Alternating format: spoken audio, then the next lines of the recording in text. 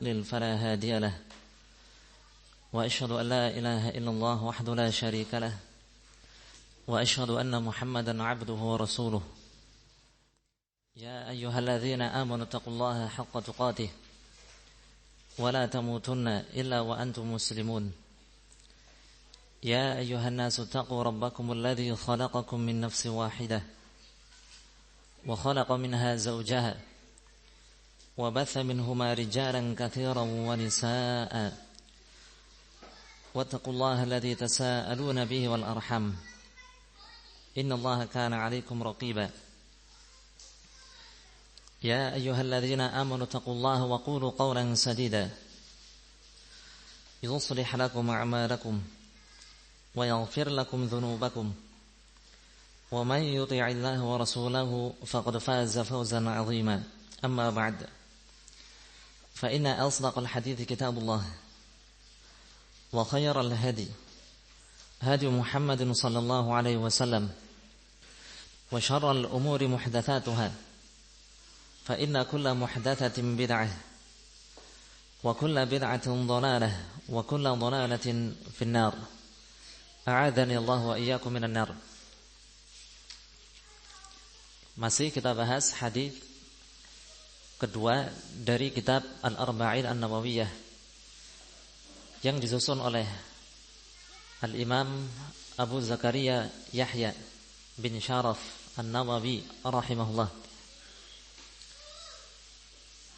Hadis ini adalah hadis dari sahabat siapa? Sahabat siapa? Dari siapa? Hadis? Dari sahabat Umar ibn al-Khattab radhiyallahu anhu. Dan hadis ini juga disebut dengan hadis apa?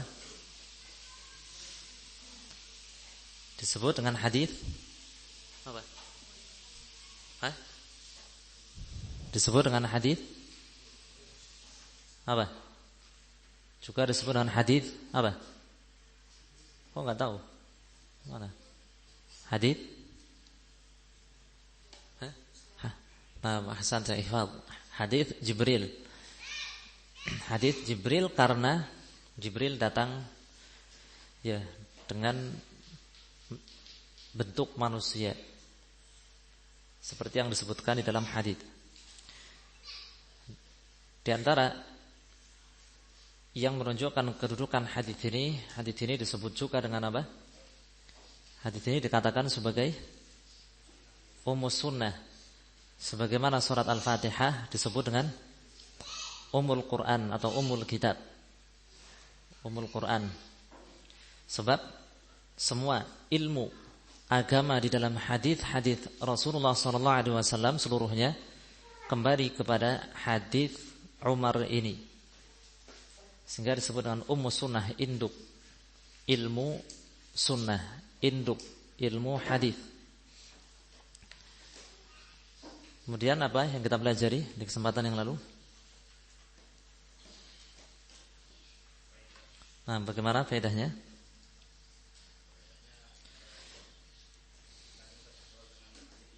Nah, disebutkan di dalam hadis, "Bainama nahnu julusun 'inda Rasulillah sallallahu alaihi wasallam."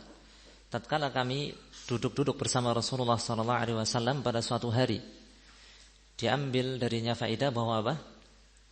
Ya, semestinya kita bergaul dengan ahlul ilm. Sebagaimana para sahabat bergaul dengan Rasulullah sallallahu alaihi wasallam untuk mendapatkan ilmu. Kemudian apa lagi faedahnya? Apa? Apa? Bainama nahnu julusun, tatkala kami duduk bersama Rasulullah sallallahu alaihi wasallam. Di antara faedahnya? Nah, di antara tugas ya para nabi dan para rasul adalah mengajarkan ilmu agama. Sehingga barang siapa yang mengajarkan ilmu agama, ya fabiha wa ni'mat, ya sungguh betapa beruntungnya. Sebab dia meneruskan tugas para nabi dan rasul. Al-ulama, para ulama adalah warathatul anbiya, pewaris para nabi. Karena mereka mengajarkan ilmu agama. Apalagi faedahnya? Nah, kerendah hatian Rasulullah SAW, di mana beliau tetap mau duduk bersama para sahabatnya, tidak angkuh, tidak sombong, merasa tinggi dan tidak layak duduk bersama orang lain. Dia tetap duduk bersama para sahabat. Apalagi? Naam, idh tala'a 'alaina rajulun syadidu bayadh thiyab. Tiba-tiba datang kepada kami, muncul di hadapan kami seorang laki-laki yang berpakaian sangat putih, syadidu sawadi syar, berambut sangat hitam. Apa faedahnya?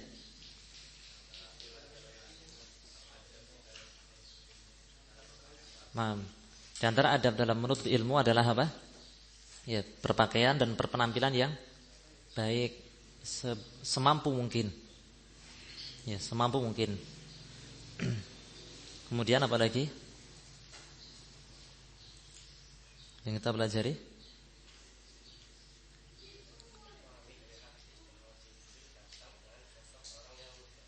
Nah, terfahami dari hadis bahwa Jibril alaihissalam datang dengan sosok seorang pemuda karena rambutnya yang masih hitam legan.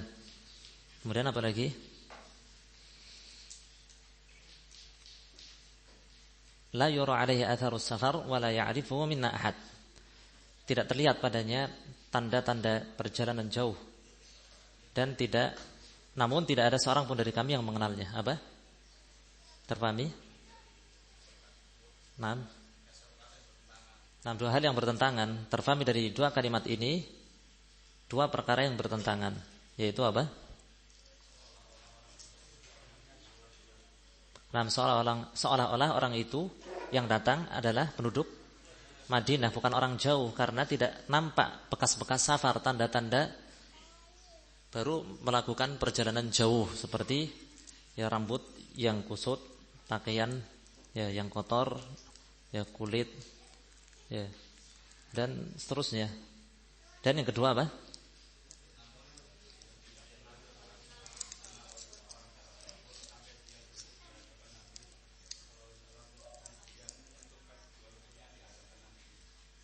Nah, namun di sisi yang lain, anehnya tidak ada seorang pun dari para sahabat yang mengenalinya. Mestinya ini penduduk Madinah, nggak ada tanda-tanda safar, tapi kenapa tidak ada yang mengenalnya? Dua hal yang bertentangan. Kemudian apa faedah yang kita dapatkan?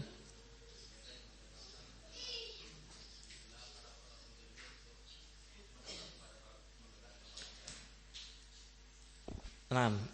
Fa asnada rukbatayhi ila rukbatayhi hatta jalasa ila Nabi sallallahu alaihi wasallam fa asnada rukbatayhi ila rukbatayhi wa wada'a kaffayhi ala fakhidayhi. Sampai dia duduk kepada Nabi sallallahu alaihi wasallam, di hadapan Nabi sallallahu alaihi wasallam. Di antara faedahnya adalah mendekat kepada pengajar. Ya, sebisa mungkin mendekat. Apalagi? Fa asnada rukbatayhi ila rukbatayhi wa wada'a kaffayhi ala fakhidayhi. Lalu dia menyandarkan kedua lututnya kepada kedua lutut Nabi SAW dan meletakkan kedua telapak tangannya di atas pahanya sendiri. Apa faedahnya?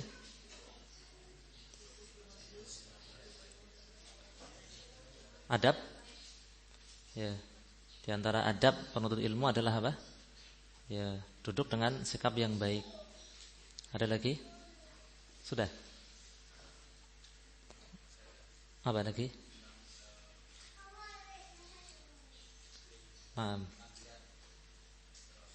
Wa qala ya Muhammad akhbirni 'anil Islam. Lalu dia berkata, wahai Muhammad, beritahulah aku tentang Islam. Apa faedahnya?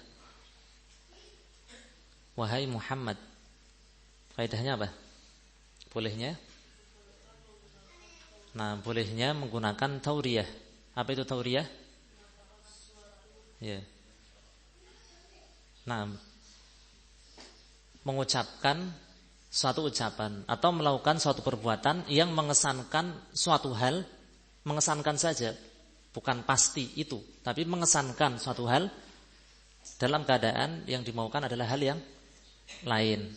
Ini boleh tauriyah. Seperti di sini, sebab Jibril yang datang dengan sosok manusia mengesankan bahwa dia adalah seorang apa? Seorang Arab Badui, padahal ya bukan manusia, ya kan?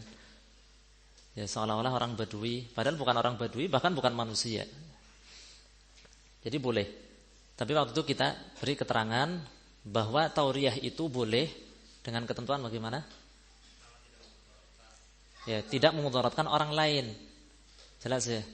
Tidak boleh kita tauriyah tapi memudaratkan orang lain. Tauriyah dalam jual beli. Ya, mestinya jual beli itu apa? Shadaqah wa bayyana.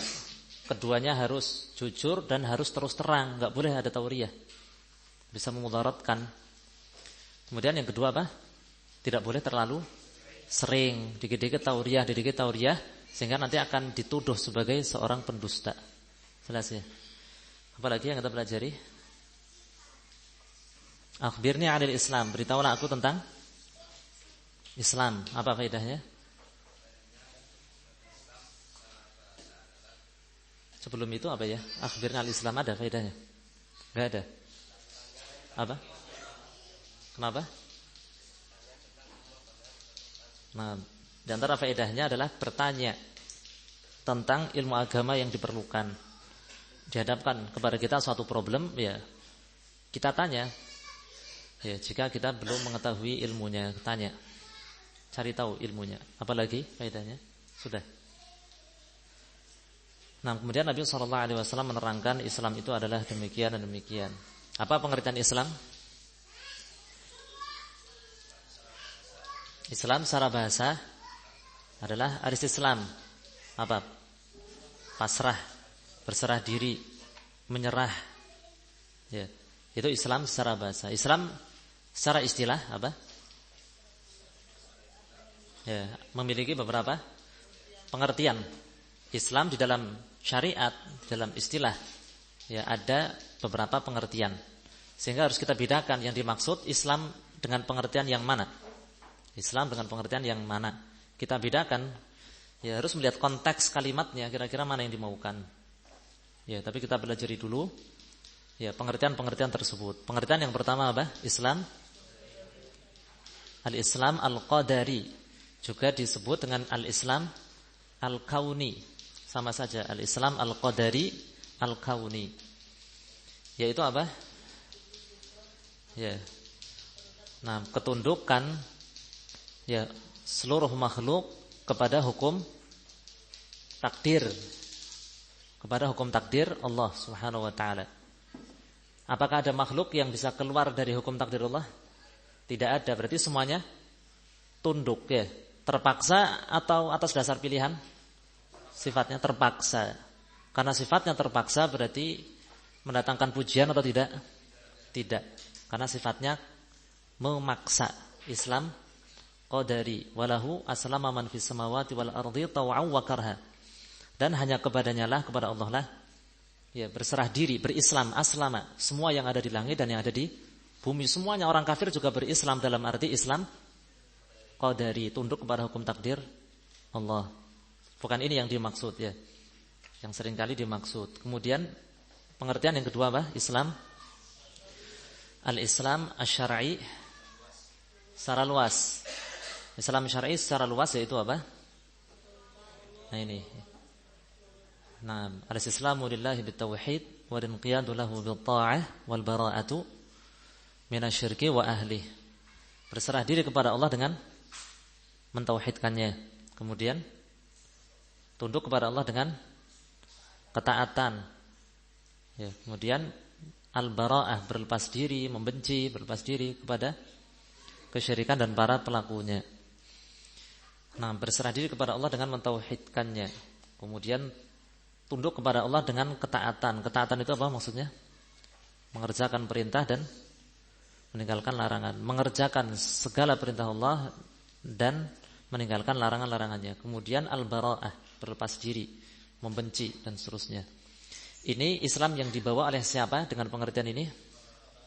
Islam yang dibawa oleh seluruh Nabi dan Rasul alaihi wassalatu wassalam, bukan hanya Islamnya Nabi Muhammad sallallahu alaihi wasallam. Kemudian yang berikutnya, yang ketiga, Islam syar'i khas, Islam syar'i yang sempit, secara sempit, yaitu Islamnya Nabi Muhammad sallallahu alaihi wasallam, agama Islam yang dibawa oleh Nabi sallallahu alaihi wasallam dengan segala perinciannya. Nah, perincian ini yang membedakan antara agama Islam yang beliau bawa dengan agama Islam yang dibawa oleh para nabi dan para rasul yang lain, ya kan? Perinciannya itu. Kemudian yang keempat apa? Nah, Islam yang maksudnya adalah ya, satu tingkatan dari dinul Islam, satu tingkatan dari agama. Yaitu tingkatan yang keberapa? Yang pertama, tingkatan yang pertama dari agama. Ya, dan ini mencakup apa? Rukun-rukun Islam. Berarti lahiriah atau batin, sisi lahir atau batin? Apa? Lahir atau batin berarti? Lahir. Mencakup sisi lahir. Mencakup sisi lahir. Lahiriah. Kemudian apa lagi yang kita pelajari? Sudah. Ya, ada yang masih belum jelas materinya? Sudah. Sudah ya.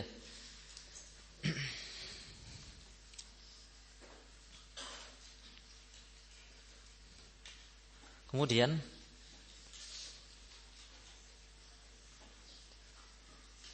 Nabi SAW menjawab, al-Islamu an tashhada an la ilaha illallah wa anna Muhammadar Rasulullah wa tuqimas shalah wa tu'tiyaz zakah wa tasuma Ramadan wa tahujjal baita in istata'ta ilaihi sabila.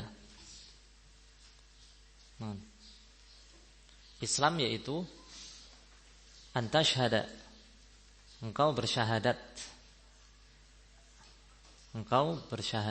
an la ilaha illallah, bersyahadat la ilaha illallah, wa anna Muhammadar Rasulullah, wa tuqimas shalah, menegakkan salat,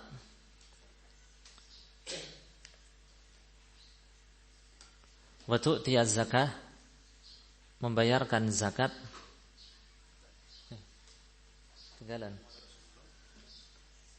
Ya, wa tuqimas shalah, menegakkan salat. Menegakkan salat. Wa tu'tiyaz zakah, membayarkan zakat.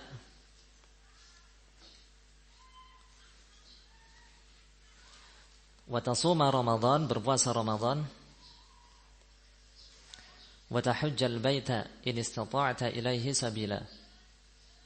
Ya, berhaji ke al-bait. Ini Baitullah. Ya, berhaji ke Baitullah. Ini Masjidil Haram atau Ka'bah. In istata'ta ilaihi sabila. Jika engkau mampu ya, berjalan ke sana. Ini melakukan perjalanan ke sana.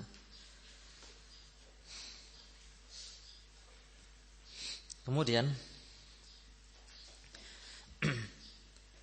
yang disebutkan oleh Nabi SAW ini dua kalimat syahadat, menegakkan salat, membayarkan zakat, berpuasa Ramadan, berhaji. Ini disebut apa? Rukun-rukun Islam. Apa itu rukun? Apa itu rukun? Belum ya. Berarti kita pelajari rukun secara bahasa. Rukun secara bahasa yaitu janibu syai'il aqwa. Rukun secara bahasa yaitu ya, bagian yang paling kuat dari sesuatu. Bagian yang paling kuat dari sesuatu. Janibu syai' al-aqwa. Bagian yang paling kuat dari sesuatu. Contohnya apa? A'midah. Contohnya adalah ya pilar bangunan. Pilar-pilar bangunan. Itu disebut rukun di dalam bahasa Arab. Rukun. Ar-rukn. Makanya sudut-sudut, pojok-pojok Ka'bah itu disebut apa? Rukun kan? Rukun Yamani, rukun Hajar Aswad, ya kan? Rukun Syami, rukun Iraqi, atau nama yang lain. Yang jelas disebut rukun. Bagian dari sesuatu yang paling kuat. seperti pilar bangunan itu kan yang paling kuat. Adapun dinding sifatnya apa? Untuk mengikat.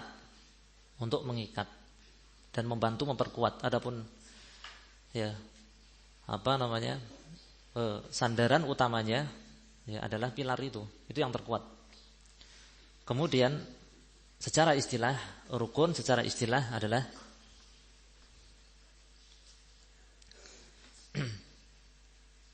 ya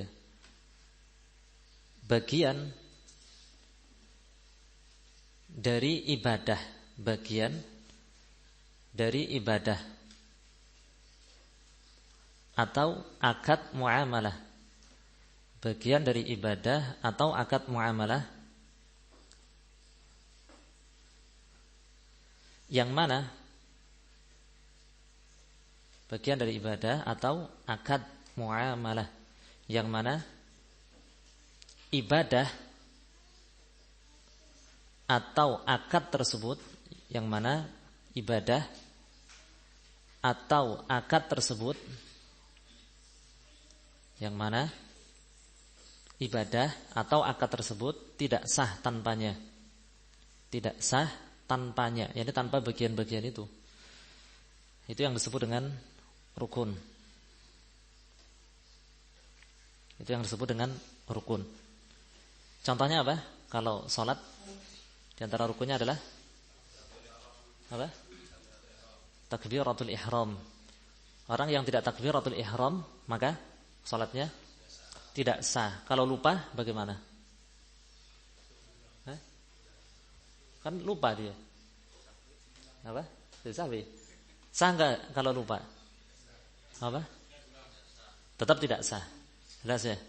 Kalau lupa tetap tidak sah. Kecuali kalau lupa terus sampai dia meninggal, yaitu insyaallah ma'dzur di sisi Allah. Selama dia tidak apa? Tidak menggampangkan, menyepelekan, kok bisa-bisanya lupa gitu. Tapi secara umum ya tadi, kalau dia ingat maka dia harus mengulangi salatnya dengan takbiratul ihram. Baik. Saya tanya, wudu itu rukun atau bukan? Hah? Tadi pengertian rukun apa? Bagian dari ibadah. Wudu itu bagian dari sholat atau di luar sholat? Wudu itu di luar sholat atau bagian dari ibadah sholat? Iya. Berarti antum wudu di sana, hamam gitu. Iya. Berarti antum sholat. Wudu itu bagian dari sholat atau bukan? Bukan. Walaupun mempengaruhi keabsahan sholat, tetapi di luar sholat, maka tidak dinamakan rukun dan dinamakan apa? Syarat sahnya sholat. Jelas ya? Sekarang ya, apa namanya? Bertasbih ketika rukuk dan sujud. Subhana rabbiyal azim, subhana rabbiyal a'la. Kalau ditinggalkan, salatnya batal enggak? Apa? Tidak. Wah, hati-hati loh. Kenapa? Kalau tidak sengaja sih gimana? Malah dia enggak ada niat untuk tasbih, memang lupa soalnya. Kalau sengaja artinya? Kalau sengaja salatnya batal. Iya gitu. Intinya rukun atau bukan ini? Bukan. Bukan rukun ya. Tasbih bukan rukun. Kenapa? Karena salat masih bisa sah. Kapan itu? Ketika lupa. Jelas ya? Kalau disengaja enggak tasbih ketika rukuk dan sujud, maka salatnya batal, tidak sah. Salatnya tidak sah kalau disengaja. Tetapi kalau tidak disengaja, maka salatnya sah atau tidak? Sah. Berarti itu tidak dinamakan rukun-rukun. Itu kalau sama sekali di semua keadaan. Kalau ditinggalkan, maka salatnya tidak sah, entah itu sengaja atau lupa, ya. Lupa atau enggak tahu dan seterusnya. Baik. Kemudian ini catatan. Ya. Ya, sebelum itu coba kita pancing dulu. Rukun-rukun Islam yang dimaksud pengertian yang pertama atau kedua? Pengertian secara bahasa atau pengertian secara istilah? Secara istilah berarti tadi apa? Ibadah yang mana tidak sah ibadah tersebut tanpanya. Begitu. Sekarang saya tanya. Ya. Ada orang yang tidak membayarkan zakat. Dia mengerjakan semua rukun Islam kecuali zakat. Dia enggak mau membayarkan zakat. Bukan karena mengingkari ya. Yang disebutkan di sini rukun-rukun Islam itu meyakini wajibnya atau melakukannya? Yang dimaksud rukun di sini yang disebutkan di dalam hadis sebagai rukun perbuatan atau keyakinan? Perbuatan. Bersyahadat. Kemudian apa? Mengerjakan atau menegakkan salat, bukan meyakini wajibnya salat, bukan ya. Nabi SAW tidak mengatakan Islam itu bersyahadat la ilaha illallah wa anna Muhammadar Rasulullah dan seterusnya. Kemudian wa tuqimas shalah. Beliau tidak mengatakan bagaimana dan meyakini wajibnya salat, tapi beliau mengatakan menegakkan salat. Perbuatan atau keyakinan? Perbuatan. Wa tu'tiyaz zakah, membayarkan zakat. Perbuatan atau keyakinan? Perbuatan. Dan seterusnya, berpuasa Ramadan, berhaji ke Baitullah. Saya tanya, perbuatan-perbuatan ini jika dilakukan oleh seseorang, semuanya, semua perbuatan ini dilakukan oleh seseorang, kecuali satu, misalkan membayarkan zakat. Dia enggak mau membayarkan zakat. Bukan enggak meyakini wajibnya zakat ya, tapi tidak membayarkan zakat karena malas, eman-eman. Dia kafir atau muslim? Iya. Maka dia muslim atau kafir? Muslim. Berarti Islamnya tetap sah atau tidak? Iya, begitu. Dia tetap muslim atau kafir? Muslim. Ya, pendapat yang benar bahwa ini tetap muslim. Berarti Islamnya batal atau tetap sah? Sah. Begitu ya. Bersyahadat, mengerjakan sholat, tapi enggak mau membayarkan zakat, maka tetap muslim. Bersyahadat, menegakkan sholat, membayarkan zakat, tapi tidak mau puasa Ramadan. Ramadan itu di jalan-jalan atau apa, antum meyakini mereka kafir atau muslim? Jadi muslim ya. Berarti Islamnya batal atau tetap sah? Sah. Saya tanya lagi sekarang kesimpulannya. Rukun-rukun Islam. Kata rukun yang dimaksud pengertian pertama atau kedua? Secara bahasa atau secara istilah? Mana yang berpendapat secara bahasa? Secara bahasa. Bahasa atau istilah?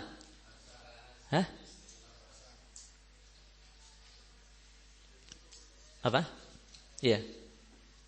Yang dimaksud dengan rukun di dalam pembahasan rukun-rukun Islam adalah pengertian rukun secara bahasa atau pengertian rukun secara istilah? Apa? Secara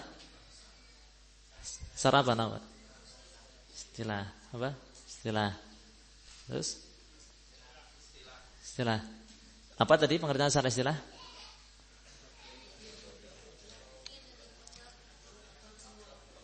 Ya, tanpanya maka ibadah tidak akan sah.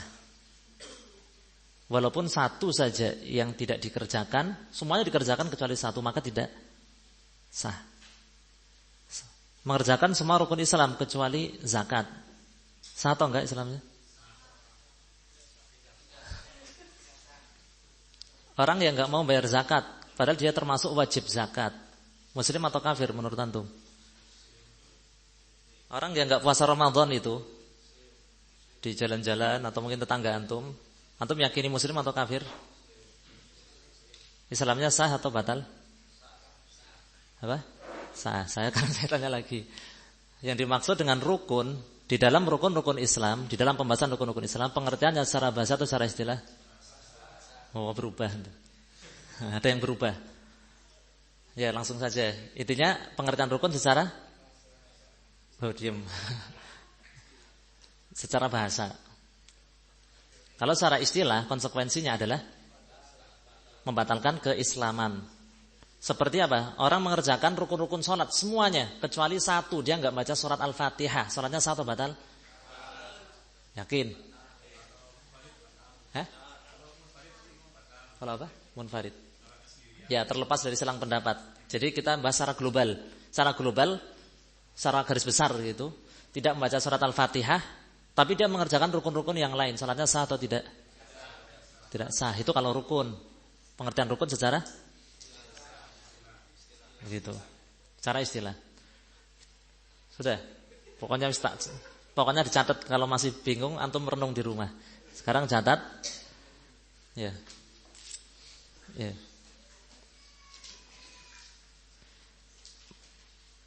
Makna rukun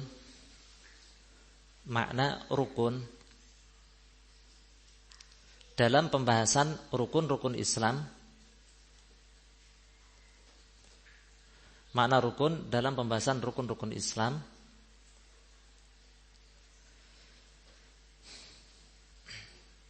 adalah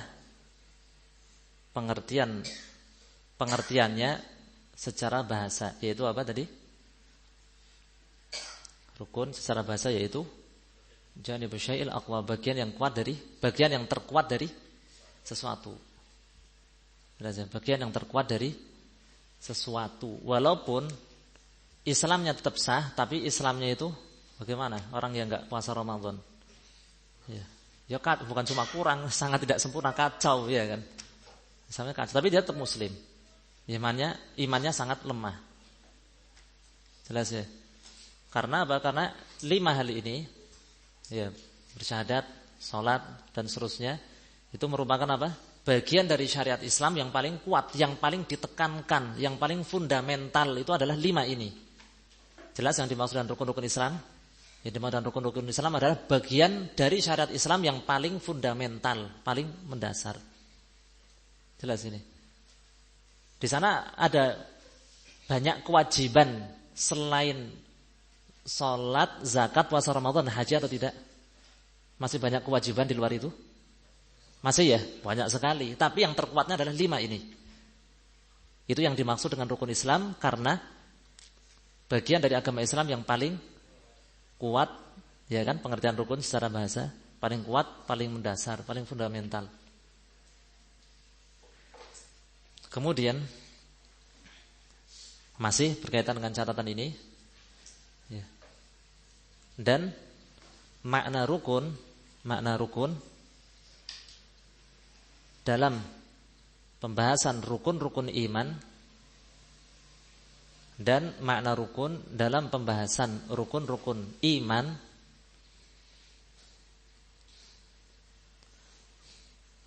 adalah pengertiannya. Makna rukun dalam pembahasan rukun-rukun iman adalah pengertiannya secara apa? Yakin. Apa perlu diputar-putar lagi? Pengertiannya secara, ya sekarang coba diterapkan.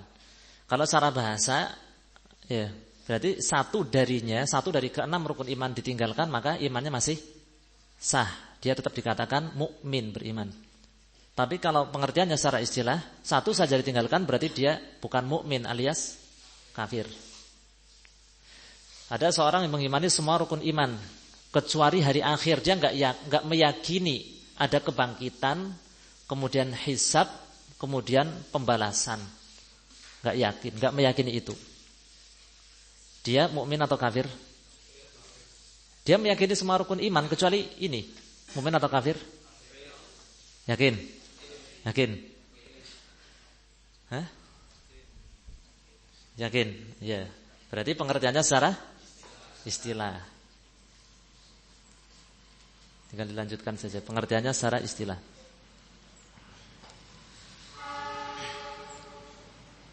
Kemudian sudah ya, jelas ya ini.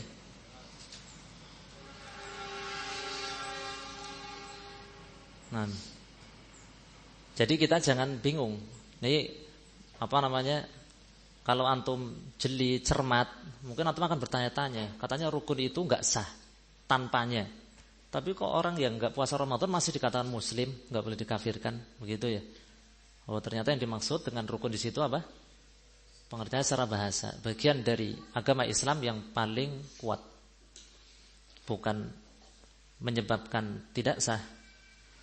Kemudian rukun yang pertama, ya, anta syahada la ilaha illallah wa anna Muhammadar Rasulullah.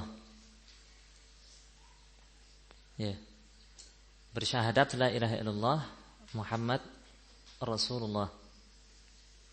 Ini rukun Islam yang pertama. Baik, kita pelajari apa makna syahadat. Apa syahadat? Syahadat, syahadat, syahadah secara bahasa memiliki dua makna. Ya. Memiliki dua makna. Yang pertama adalah hadir, hadara, hadir, datang, menyaksikan. Hadir, datang, menyaksikan. Ini satu makna, intinya sama. Hadir, datang, menyaksikan. Intinya kan sama. Berarti berada di tempat, ya kan, menyaksikan, mendatangi, menghadiri. Begitu ya. Berarti apa? Syahidtu, apa misalkan syahidtu majlisal ilm misalkan. Berarti aku menghadiri majlis ilmu. Begitu ya. Syahidtu atau asyhadu majlisal ilm, aku sedang menghadiri majlis ilmu. Menyaksikan juga bisa, tergantung. Kalau terjemah dalam bahasa Indonesia sesuaikan saja. Intinya itu, mendatangi, menghadiri, menyaksikan. Yang kedua, ikhbar. Ikhbar, ya, mengabarkan, memberitahukan, mengabarkan, memberitahukan, apa? Bersaksi atau mempersaksikan, menurut antum bahasa Indonesianya? Yang makna itu seputar itu, memberitahukan, mengabarkan. Berarti bersaksi atau mempersaksikan? Bersaksi ya. Iya, bersaksikan. Ya, nanti dicoba dilihat lagi. Nampaknya sih bersaksi, wallahu a'lam. Bersaksi. Bersaksi. Berarti mengabarkan, memberitahukan, menyampaikan, bersaksi.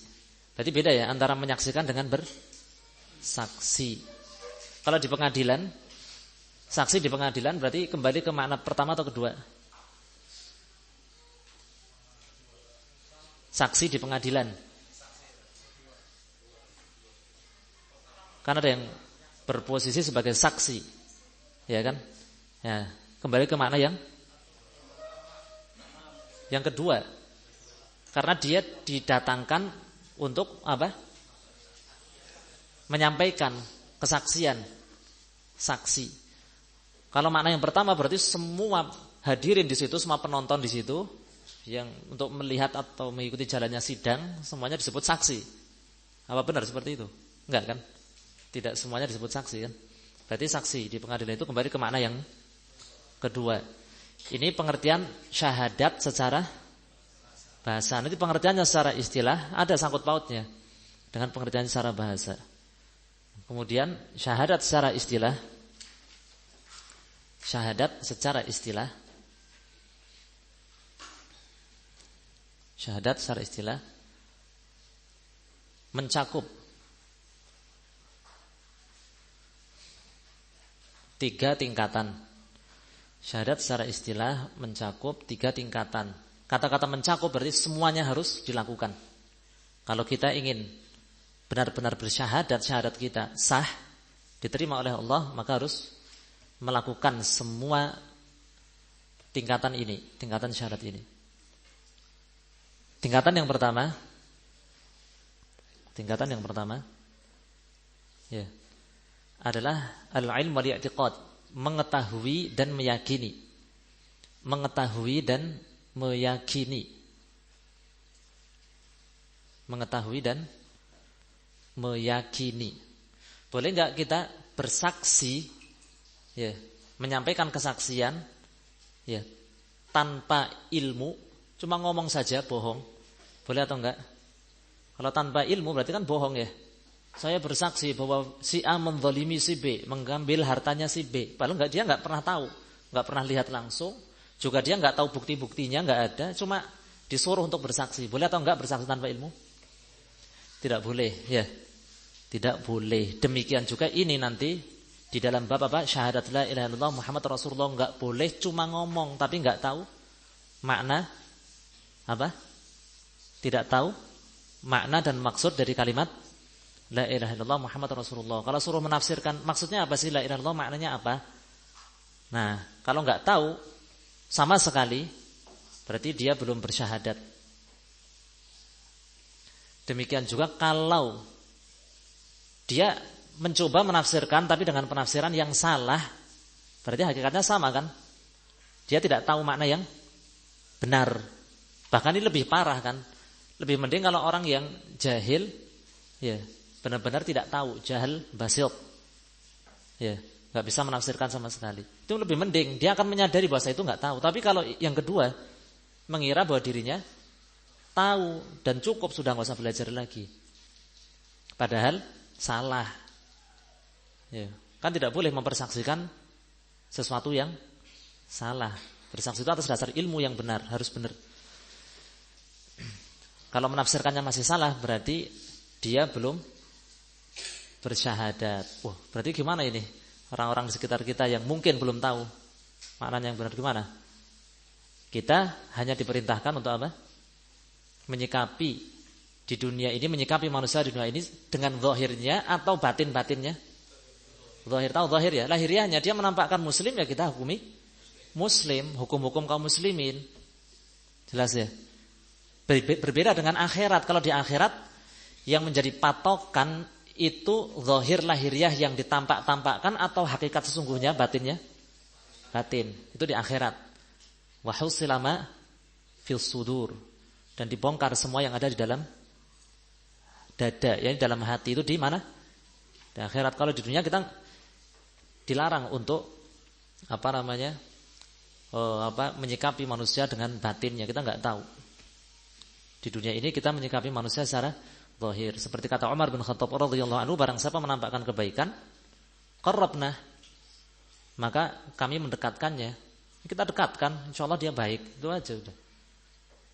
Dan barang siapa yang menampakkan keburukan, menampakkan diri sebagai seorang yang buruk, yang jahat, ya abadna, kita jauhkan. Seperti itu sikap yang diperintahkan. Berarti kembali lagi, tingkatan syahadat yang pertama adalah apa? Al-ilm wal-i'tiqad, mengetahui dan meyakini. Kalau tahu tapi enggak mau meyakini, ya juga sama. Kemudian tingkatan yang kedua adalah mengikrarkan secara lisan. Mengikrarkan secara lisan. Orang yang mampu mengucapkan la ilaha illallah Muhammad Rasulullah, dia mampu, enggak bisu, tapi dia enggak mau. Dalam keadaan dia meyakini benar, tidak ada yang berhak diibadahi kecuali Allah, dan meyakini bahwa Muhammad itu adalah Rasulullah SAW, yakin. Dan demikian juga dia itu menjalankan syarat-syarat Islam kecuali satu, enggak mau mengucapkan sama sekali, enggak pernah mengucapkannya. Maka dia muslim atau bukan? Bukan. Karena dia belum bersyahadat. Bersyahadat itu harus apa? Mengikrarkan dengan lisan, secara lisan. Kalau bisu bagaimana? Kenapa? Gimana? Dalam hati. Ya. Mengikrarkan secara lisan. Ya. Kecuali seorang yang bisu. Seorang yang bisu.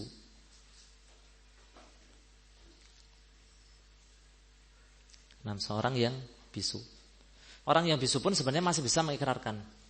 Dengan cara apa? Syarat, tulisan, dengan cara yang lain, ya. Kecuali seorang yang bisu, ya mungkin bisa diberi keterangan, maka dengan cara yang lain.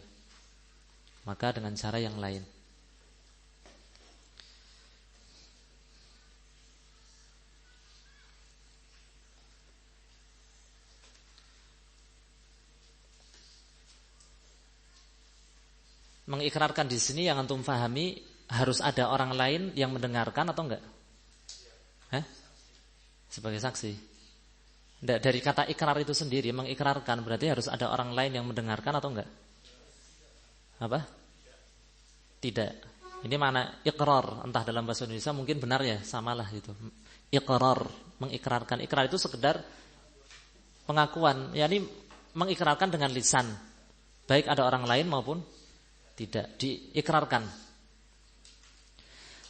Kemudian tingkatan yang ketiga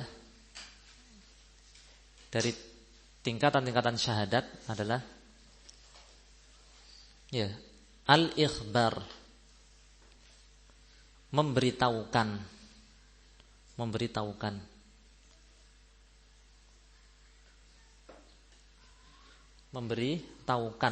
mengabarkan, memberitahukan. Nah, ini memberitahukan ini berarti ada orang lain memberitahukan. Nah, kemudian dan ini dengan dua bentuk. Dengan dua bentuk pemberitahuan ini, dengan dua bentuk, mencakup dua bentuk. Bentuk pemberitahuan yang pertama apa? Pemberitahuan sama secara lisan. Berarti dia harus memberitahukan kepada orang lain bahwa dia itu muslim, asyhadu an la ilaha illallah wa asyhadu anna muhammadar rasulullah. Kalau tadi mengikrarkan, terlepas ada orang lain atau enggak. Kemudian yang kedua, pemberitahuan dengan amal perbuatan. Pemberitahuan dengan amal perbuatan. Apa maksudnya pemberitahuan dengan amal perbuatan? Pemberitahuan dan amal perbuatan maksudnya gimana? Yaitu mengamalkan konsekuensi. Yaitu mengamalkan konsekuensi. Yaitu mengamalkan konsekuensi. Mengamalkan konsekuensi syahadat atau kalimat syahadat. Mengamalkan konsekuensi kalimat syahadat.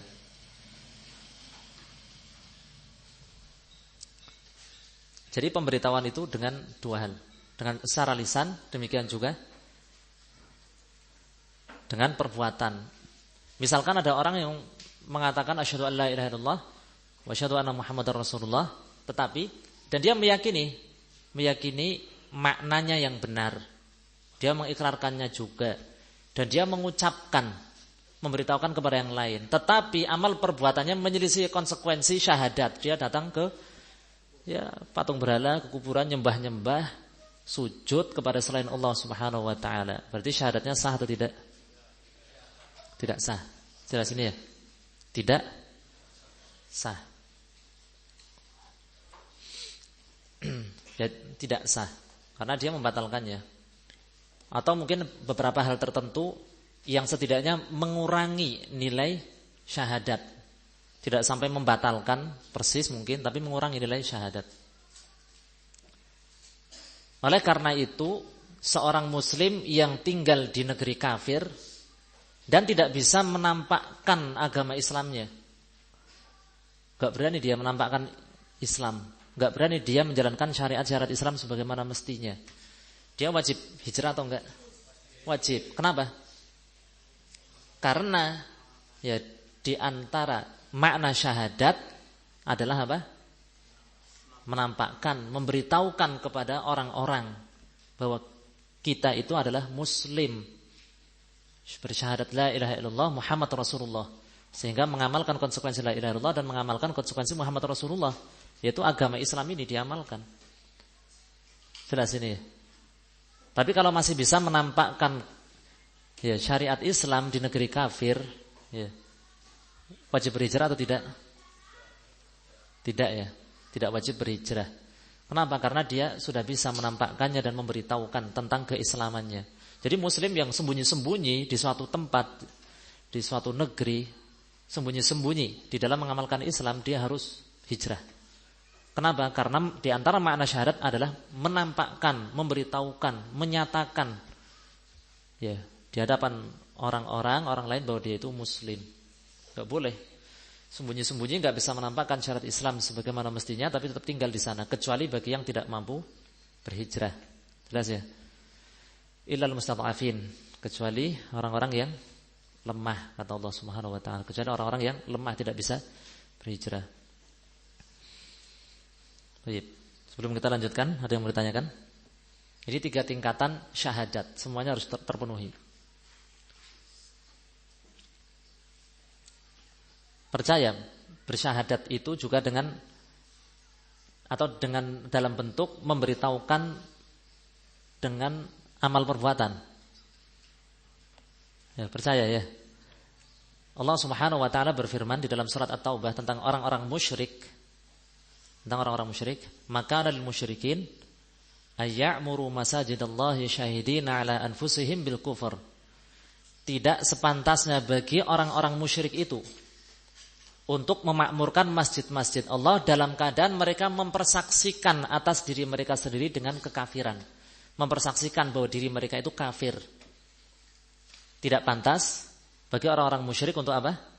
Memakmurkan masjid-masjid Allah sementara mereka itu mempersaksikan bahwa diri mereka itu kafir, syahidina ala anfusihim bil kufur. Pertanyaannya, ya, apakah yang dimaksud dalam ayat ini mereka mempersaksikan kekafiran mereka secara lisan, kami kafir gitu, apa enggak?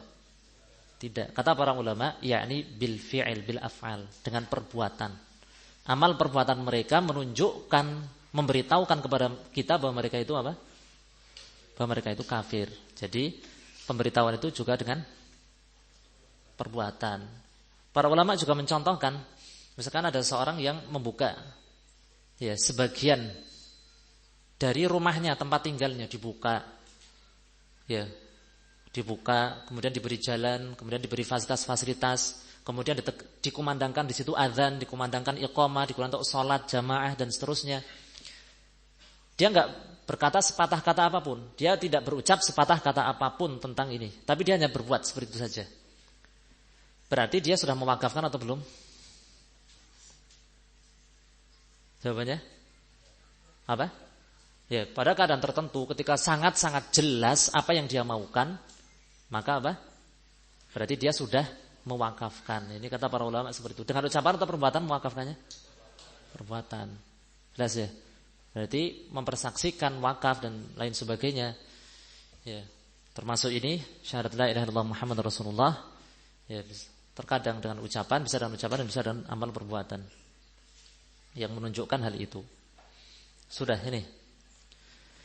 Berikutnya, apa makna la ilaha illallah? Ini penting ini. Anta syahada an la ilaha illallah. Setelah kita faham makna syahadat, tadi kan mencakup 3 tingkatan. Berikutnya kita harus mengetahui makna la ilaha illallah. Supaya kita bisa bersyahadat dengan benar, harus tahu apa maknanya yang benar.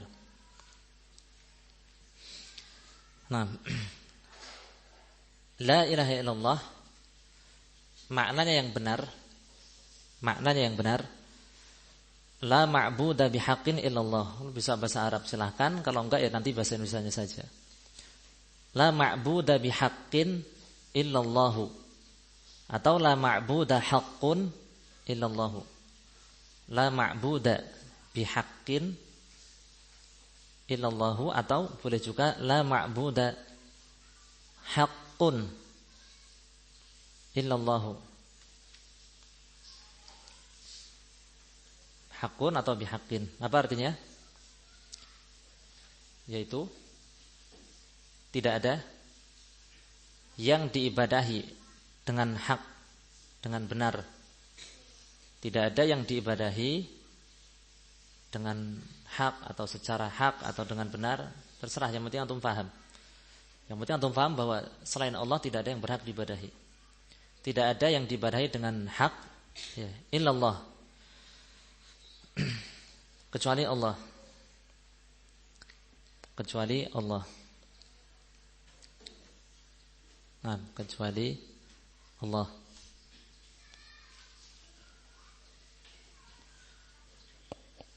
Kemudian apa makna la ilaha illallah? Tidak ada yang diibadahi dengan benar, dengan hak kecuali Allah. Yakni segala sesuatu selain Allah itu tidak berhak diibadahi. Tapi ada atau tidak selain Allah yang diibadahi? Ada, tapi semuanya adalah sembahan-sembahan yang batil, yakni tidak benar, tidak berhak untuk diibadahi, tidak berhak diibadahi. Karena yang berhak diibadahi adalah siapa? Yang berhak diibadahi adalah Zat yang Maha Pencipta, yang memberi rezeki, yang menghidupkan, yang mematikan, yang mengatur segala urusan, yang maha sempurna dari segala sisinya. Adapun selain Allah, apakah ada yang semisal dengan Allah? Tidak ada. Tidak ada selain Allah yang mencipta. Tidak ada selain Allah yang sempurna seperti Allah Subhanahu wa taala. Subhanahu wa taala, sehingga tidak berhak. Kemudian ya. Ada yang bertanyakan? Tidak. Kemudian ya. Ada beberapa penafsiran la ilaha illallah yang salah. Ada beberapa penafsiran la ilaha illallah yang salah.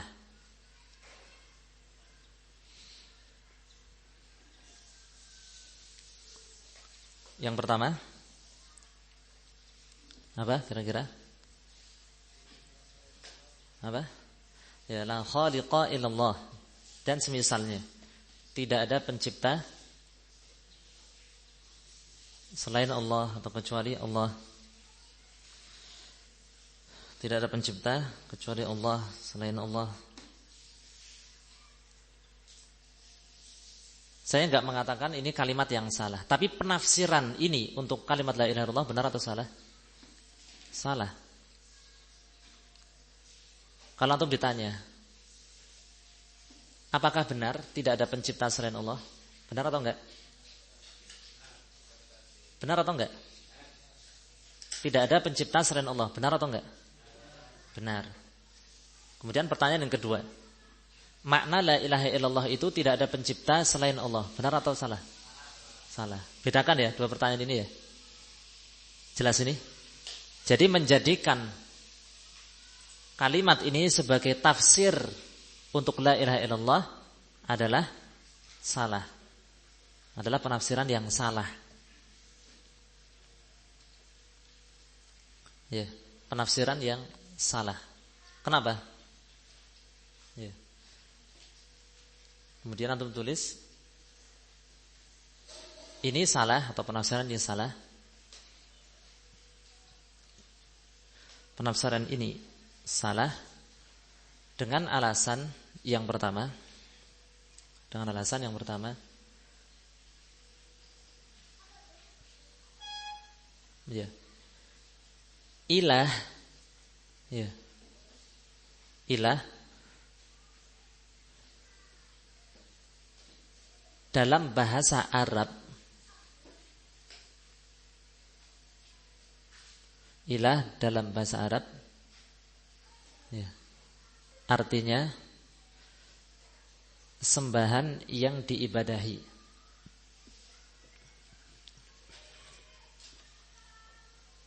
Sembahan yang diibadahi. Kata ilah di mana ini? Ya, dalam kalimat la ilaha illallah. La ilaha, ilah ya kan? La ilaha illallah. Ilah dalam bahasa Arab artinya apa? Sembahan yang diibadahi, bukan pencipta. Bukan pencipta. Maknanya atau artinya bukan pencipta. Kalau la ilaha illallah maknanya tidak ada pencipta kecuali Allah, berarti ilah itu maknanya apa? Jika la ilaha illallah itu tafsirnya adalah tidak ada pencipta kecuali Allah, maka ilah diartikan dengan apa? Pencipta. Ini benar atau salah? Ini salah, dalam bahasa Arab pun salah. Tapi mereka itu ahli kalam itu, mereka berusaha untuk menarik ulur. Ya. Kemudian yang kedua, alasan yang kedua,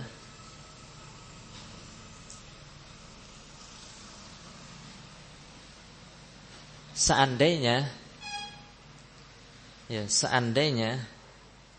maknanya itu, jadi seandainya itu adalah maknanya tidak ada pencipta kecuali Allah, Ya, seandainya maknanya itu atau itu maknanya, ya, maka ya musyrikin, maka musyrikin ya, ya, mau mengucapkannya, maka musyrikin mau mengucapkannya. Jadi musyrikin di zaman Rasulullah SAW, seandainya makna la ilaha illallah itu tidak ada pencipta kecuali Allah, misalnya orang-orang musyrik di zaman beliau itu mau mengucapkan la ilaha illallah, tapi kenyataannya mereka mau enggak mengucapkan la ilaha illallah? Tidak mau. Allah Ta'ala berfirman, innahum idza qila lahum la ilaha illallah yastakbirun. Sesungguhnya mereka ketika dikatakan kepada mereka la ilaha illallah yastakbirun, mereka sombong, angkuh, menolak, enggak mau. Wa yaquluna a inna latariku alihatina li sya'irin majnun, bahkan mereka menambahkan ya, menyakiti beliau dengan ucapan wa yaqulun, dan mereka mengatakan ya, apakah kita akan meninggalkan sembahan-sembahan kita ya, demi penyair yang gila ini? Penyair yang gila ini Rasul sallallahu alaihi wasallam. Ya. Jadi kenyataannya mereka tidak mau. Ya. Musyrikin di zaman Rasulullah SAW mengakui bahwa tidak ada pencipta kecuali Allah. Mungkin bisa ditambahkan ya. Maka musyrikin mau apa? Mengucapkannya, ya gitu tadi. Karena mereka mengakui maknanya. Karena mereka mengakui maknanya, atau kalau mau ditambahkan diganti, karena mereka mengakui tidak ada pencipta kecuali Allah. Dalilnya banyak di dalam ayat-ayat Al-Quran. Ketika ditanya siapa yang menciptakan kalian, seandainya engkau tanya kepada mereka siapa yang menciptakan mereka, menciptakan langit dan bumi dan seterusnya, la yaqulunna, niscaya mereka akan menjawab apa? Allah. Mengakui. Jadi kesalahan mereka itu bukan dalam perkara ini rububiyah. Mereka meyakini ada pencipta selain Allah. Kesalahan mereka adalah apa? Adalah uluhiyah, karena mereka itu menyembah, beribadah, menghamba, memberikan pemujaan-pemujaan, ya, penyembahan-penyembahan, ibadah-ibadah kepada selain Allah Subhanahu wa taala. Itu kesalahan mereka dalam bab uluhiyah. Kemudian ini penafsirannya siapa ini? Ini adalah penafsiran ini, penafsiran yang salah. Adalah penafsiran ya, ahli kalam.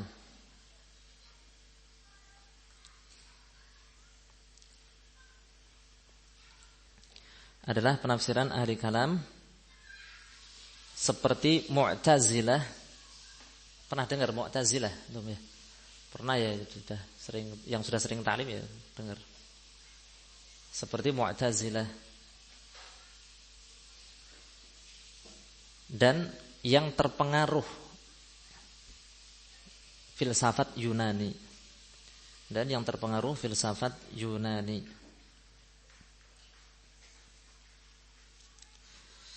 Kemudian penafsiran yang kedua,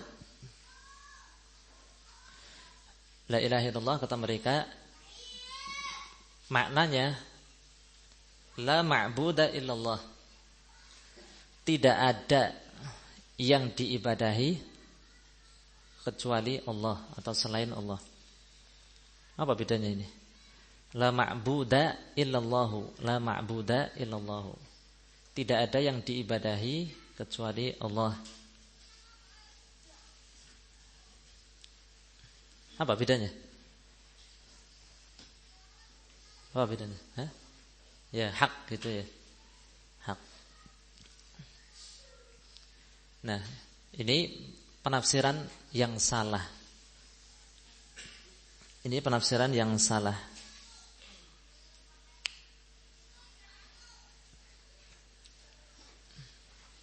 Ya. Dengan alasan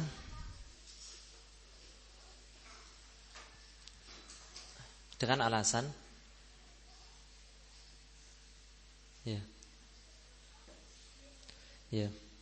Mengandung dua kemungkinan. mengandung dua kemungkinan. Dengan alasan mengandung dua kemungkinan.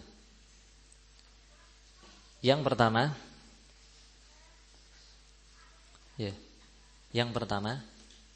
ini kemungkinan yang pertama,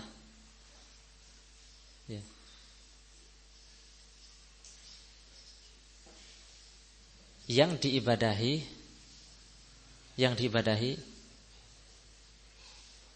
hanya satu, yang diibadahi hanya satu, yaitu Allah. Hanya satu, yaitu Allah. Ini benar atau salah konsekuensi ini? Konsekuensi penafsiran ini adalah yang diibadahi itu hanya satu, yaitu Allah. Mau diberi kelanjutan, yaitu Allah, ya. Tidak ada yang lain. Tidak ada yang lain.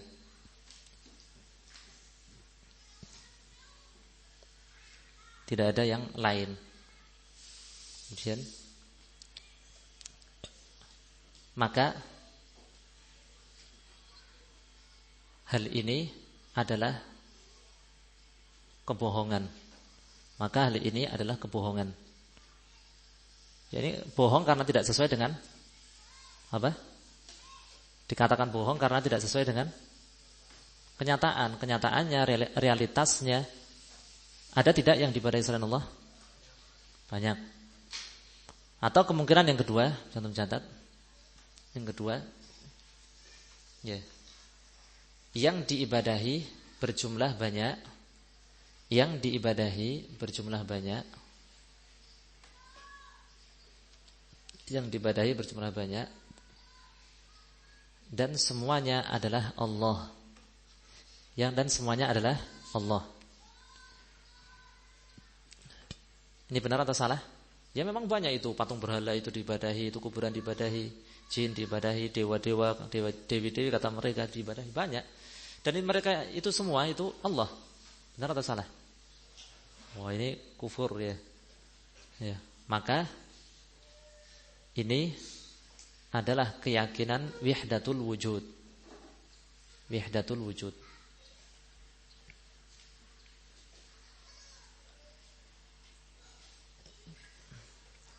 Maka ini keyakinan wahdatul wujud. Yang menafsirkan seperti ini, mereka memaukan kemungkinan yang mana? Makna yang mana? Tidak ada yang diibadahi kecuali Allah. Yang mereka maukan itu kemungkinan pertama, yang diibadahi itu hanya Allah satu. Ya, tidak ada selain Allah yang diibadahi sama sekali. Atau yang mereka maukan ini wahdatul wujud. Apa?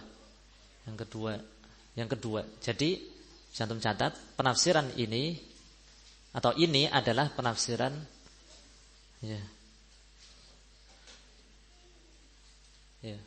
kelompok wahdatul wujud. Kelompok golongan wahdatul wujud.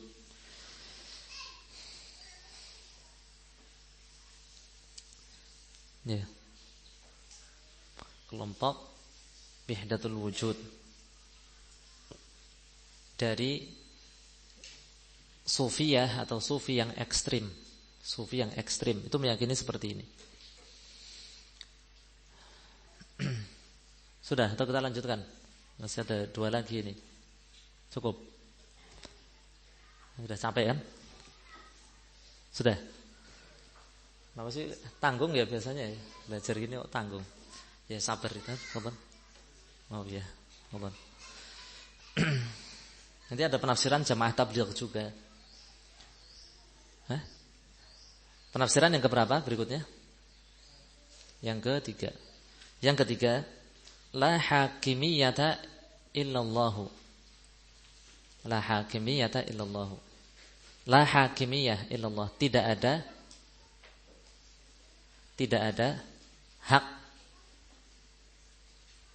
atau illa lillah, begitu yang tepat. La hakimiyata illa lillah. Tidak ada hak menetapkan hukum. Tidak ada hak menetapkan hukum kecuali Allah. Tidak ada hak menetapkan hukum kecuali Allah. Sudah bisa mengira-ngira ya. Ini salahnya dari segi apa? Sudah ya. Ya di antara tadi karena ilah itu la ilaha illallah, ilah itu artinya apa? Ilah dalam bahasa Arab ma'bud, sembahyang diibadahi, bukan hakimiyah. Jelas ya. Hak menetapkan hukum atau yang berhak menetapkan hukum dan sebagainya enggak ada. Ilah itu artinya ma'bud, yang diibadahi. Berarti objek atau subjek ilah itu maknanya yang melakukan pekerjaan atau yang dikenai pekerjaan ilah. Yang dikenai pekerjaan ibadah. Ilah itu artinya yang dikenai pekerjaan ibadah, yang diibadahi. Bukan yang gitu ya. Bukan subjek. Demikian juga ya alasan yang lain ya karena apa namanya? Seorang yang mengakui hukum itu adalah hukum Allah tapi beribadah kepada selain Allah, ya maka syahadatnya diterima tidak? Tidak kan? Walaupun dia mengakui la hakimiyah illa lillah, tapi dia masih beribadah kepada selain Allah, ya sudah, percuma. Kalau dari segi maknanya benar atau salah? Tidak ada hak menetapkan hukum kecuali untuk Allah. Benar atau salah? Maknanya loh ya, bukan penafsirannya. Benar ya. Ya di dalam syariat ini, dalam syariat, dalam alam ini, alam semesta, semuanya yang menetapkan hukum takdir, hukum alam ya, hukum alam, hukum takdir, dan demikian juga hukum syariat siapa yang menetapkan? Allah, benar. Kemudian penafsiran yang atau ini penafsiran siapa ini? Ini adalah penafsiran apa? Ya, penafsiran Khawarij. Penafsiran Khawarij. Tidak ada hukum kecuali hukum Allah dan seterusnya. Maknanya benar, tapi yang dimaukan adalah kebatilan. Kemudian yang terakhir, yang keberapa? Yang keempat. Wah, ini agak rumit tapi ini nyata. Ikhrajul yaqin al-fasid 'ala dzatil asya' wa idkhalul yaqin as-shadiq 'ala dzatillah. Mengeluarkan keyakinan yang rusak. Ini ungkapan mereka memang enggak jelas, namanya za'alul batil. Biasanya mereka memiliki slogan, maksudnya apa? Enggak jelas. Awalnya enggak jelas.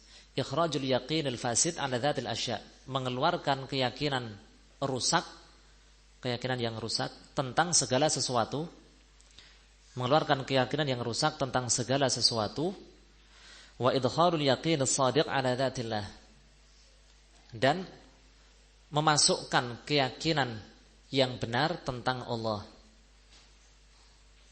dan memasukkan keyakinan yang benar tentang Allah. Apa maksudnya?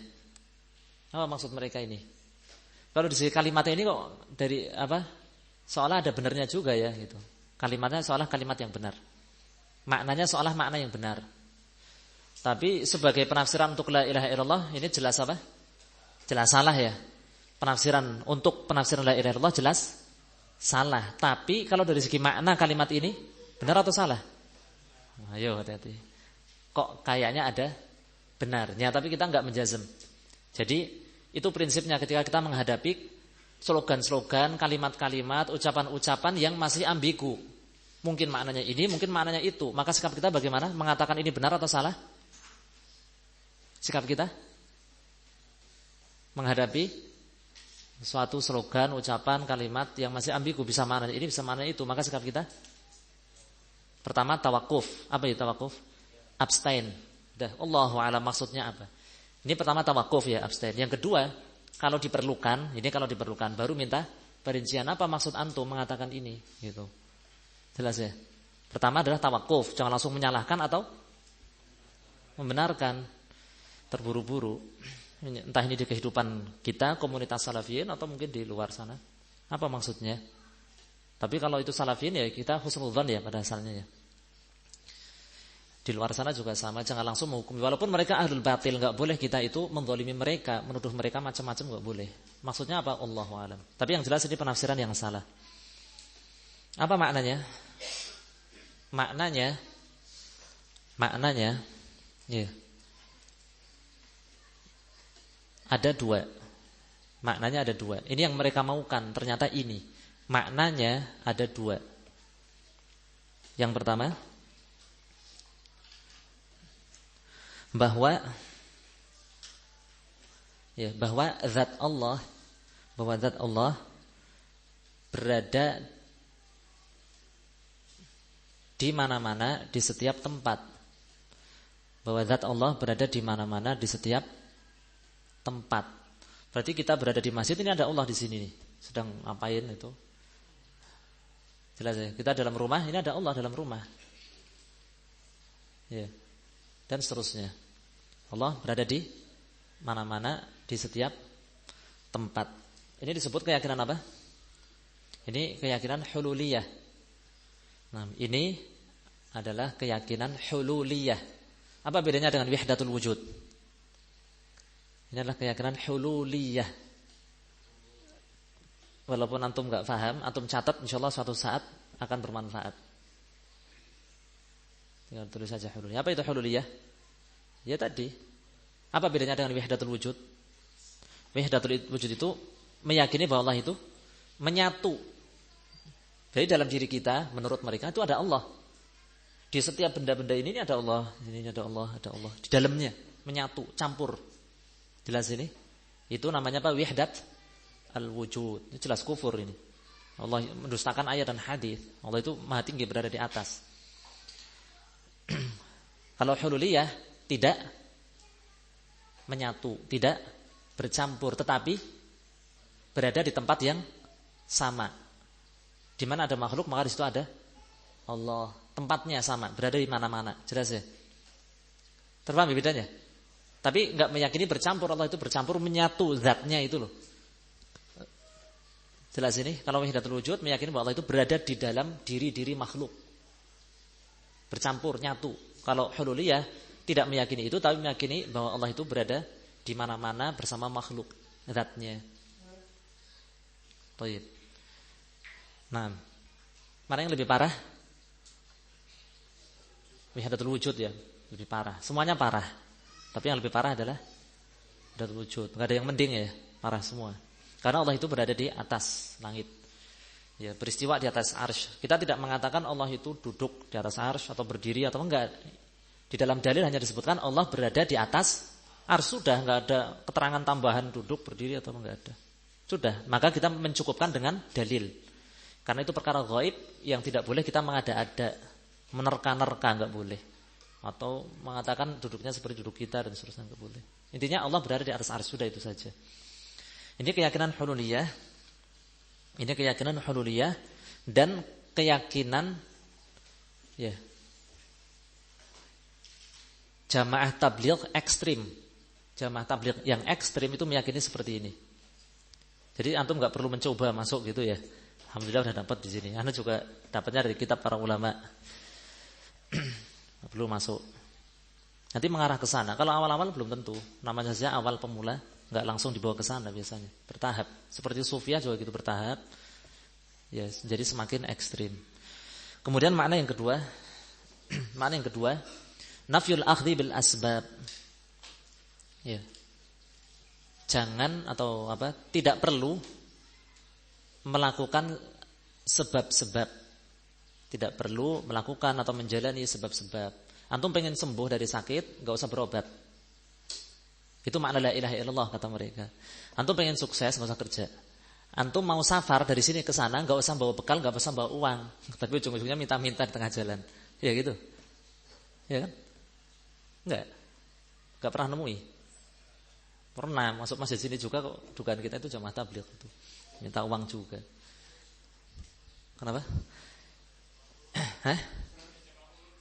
Khuruj. Ya entah itu khuruj atau bukan.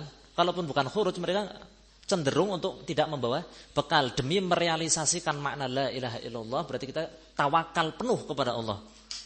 Jangan melakukan sebab, jangan menjadi sebab. Padahal Rasulullah SAW menjalani sebab tidak jalani, gitu ya. Menjalani sebab itu tidak bertentangan dengan tawakal. Kalau enggak menjalani sebab, justru kita menuduh Allah itu tidak memiliki hikmah. Allah kan memberi segala sesuatu, menetapkan segala sesuatu dengan apa? Sebabnya. Di dalam alam ini ada hukum apa? Sebab akibat kan? Siapa yang menetapkan? Allah. Kok ini malah menolak hukum sebab akibat yang ditetapkan oleh Allah? Berarti menuduh Allah itu tidak hikmah. Ini adalah keyakinan sebagian mereka. Ini adalah keyakinan sebagian mereka. Sebagian mereka siapa? Jamaah tabligh. Mana yang lebih parah? Yang pertama ya. Ya kan? Jadi sementara kita cukupkan dulu. Semoga terpahami dengan baik. Ya, enggak apa-apa. Kita pelajari sedikit demi sedikit, tahap demi tahap. Ya. Semoga terpahami dan bermanfaat untuk antum. Ini bekal ya. Bekal bagi kita semua di dalam beragama Islam, di dalam berislam. Coba di mana lagi, kapan lagi antum bisa mempelajari seperti ini? Kan belum tentu ya. Makanya dinikmati, disyukuri walaupun pegel-pegel itu ya. Apa-apa yang pegel bukan cuma antum, mana juga ada pegelnya. Ya, sama. Enggak apa-apa, dinikmati. Ya, bersyukur kepada Allah Subhanahu wa taala. Alhamdulillah. Kita cukupkan. Wallahu taala a'lam bissawab. Alhamdulillah wa sallallahu ala nabiyyina Muhammad wa ala alihi wa sahbihi. Subhanakallahumma bihamdika asyhadu an la ilaha illa anta astaghfiruka wa atubu ilaik.